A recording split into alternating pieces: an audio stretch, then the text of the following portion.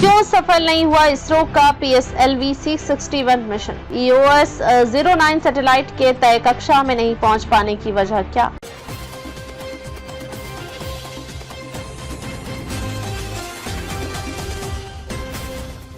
नमस्कार, मैं हूं शालिनी और आप देख रहे हैं MS न्यूज 24 देश की आवाज।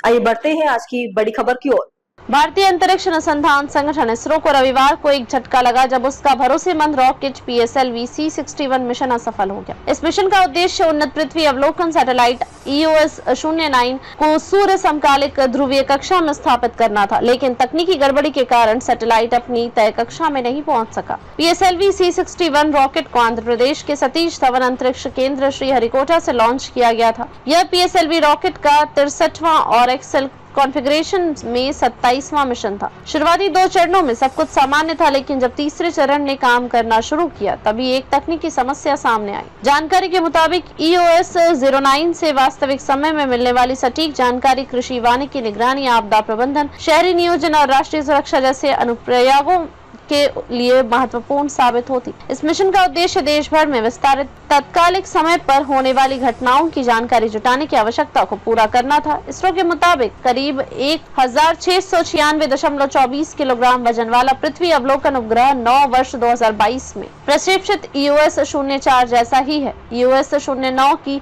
मिशन अवधि 5 वर्ष थी। वहीं उपग्रह को उसकी प्रभावी मिशन अवधि के बाद कक्षा से बाहर निकालने के लिए पर्याप्त मात्रा में ईंधन आरक्षित किया गया था, ताकि इसे 2 वर्षों के भीतर कक्षा में नीचे उतारा जा सके, जिससे मलबा मुक्त मिशन सुनिश्चित रहे।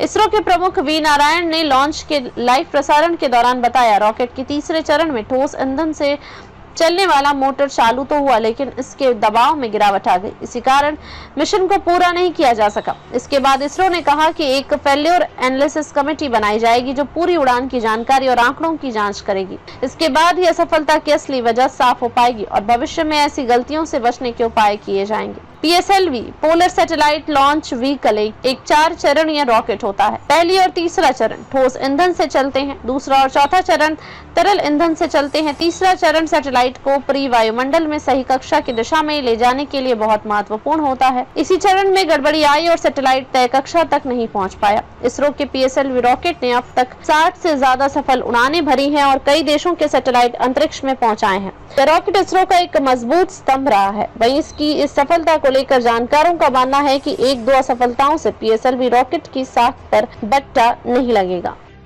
खबरों में अब तक के लिए बस इतना ही। फिर होगी आपसे मुलाकात, तब तक के लिए नमस्कार और देखते रहिए MS न्यूज 24 देश की आवाज।